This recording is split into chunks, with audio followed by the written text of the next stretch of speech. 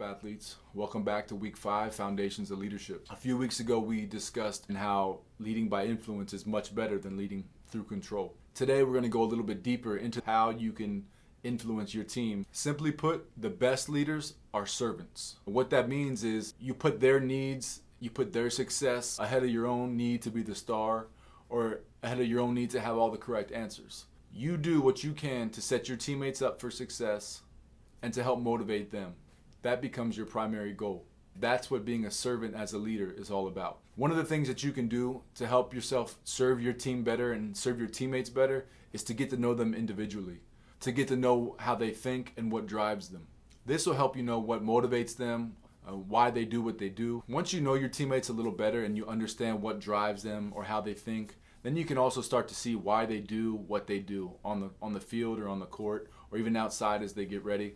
But what that'll do, once you have that information and you have a better picture of who your teammates are as individuals, as people, you can start to use that information, that familiarity with them, and use that to help motivate them. A tip for you to accomplish this is to set the goal for yourself and commit to meeting with one teammate each week. Go out with one teammate, maybe grab a bite to eat, and just have some one-on-one time. Don't bring a lot of people, don't bring anybody else, just you and that teammate, and just sit down and have a conversation and get to know them. You can talk about the team, you can talk about your personal lives, things that you're into. Just get to know them.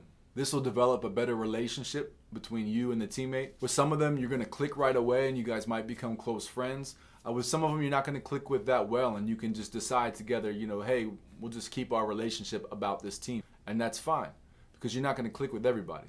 But through this process of hanging out with them and getting to know them, you get inside their mind a little more and you start to understand them, and you can start to appreciate them, and they can start to appreciate you. And that'll develop a level of trust between the two of you that wouldn't have been there otherwise. And just through this little step of getting to know them and getting to know a little bit more about them and understanding them, you will appreciate them more. And it'll enable you to help motivate them and actually give you a little bit more of a desire to help them succeed. Another way to serve your teammates is to commit to fostering open lines of communication with all your teammates, but specifically between you and everyone else.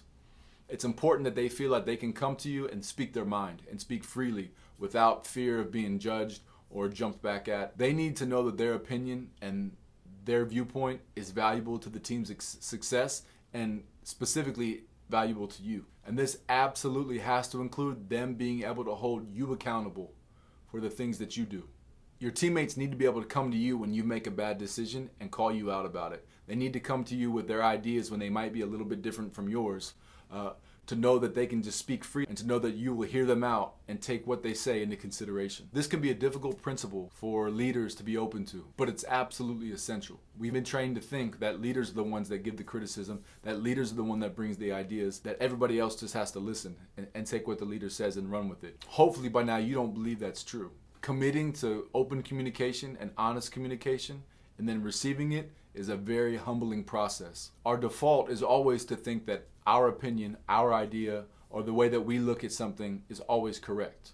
But that's certainly not the case. We all can always be learning from other people. A lot of times, the reason that those people have been put in our lives is to teach us specific lessons. And we're all better off when we're open to learning from others. When you invite people to contradict you, it can be tough, but it's worth it. You will learn a lot, I promise you. The best leaders invite criticism from the people they are working with, and then they take that criticism and they use it and they commit to being better by correcting what's been called to their attention, and they become a better leader for it. Following these 2 tips will keep you busy for a while, but it's important to remember that while you're committing to serve your teammates and committing to set them up for success, that you don't neglect yourself. It's not one or the other. You don't serve your teammates and then completely neglect yourself. You don't serve yourself and completely neglect your teammates. As a leader, you have to commit to doing both. This is one of the burdens of leadership. You have 2 roles. You don't just have to take care of yourself. You have to prepare for your teammates as well. It's a burden, but it's also an honor, and there's a lot of satisfaction out of it if you commit to it and commit to doing it well. So that's today's foundation of leadership. Great leaders commit to serve those that they lead. Intentionally care for your teammates and do what is in your power to help them be successful. And watch your teammates grow, watch yourself grow, and watch your team become better.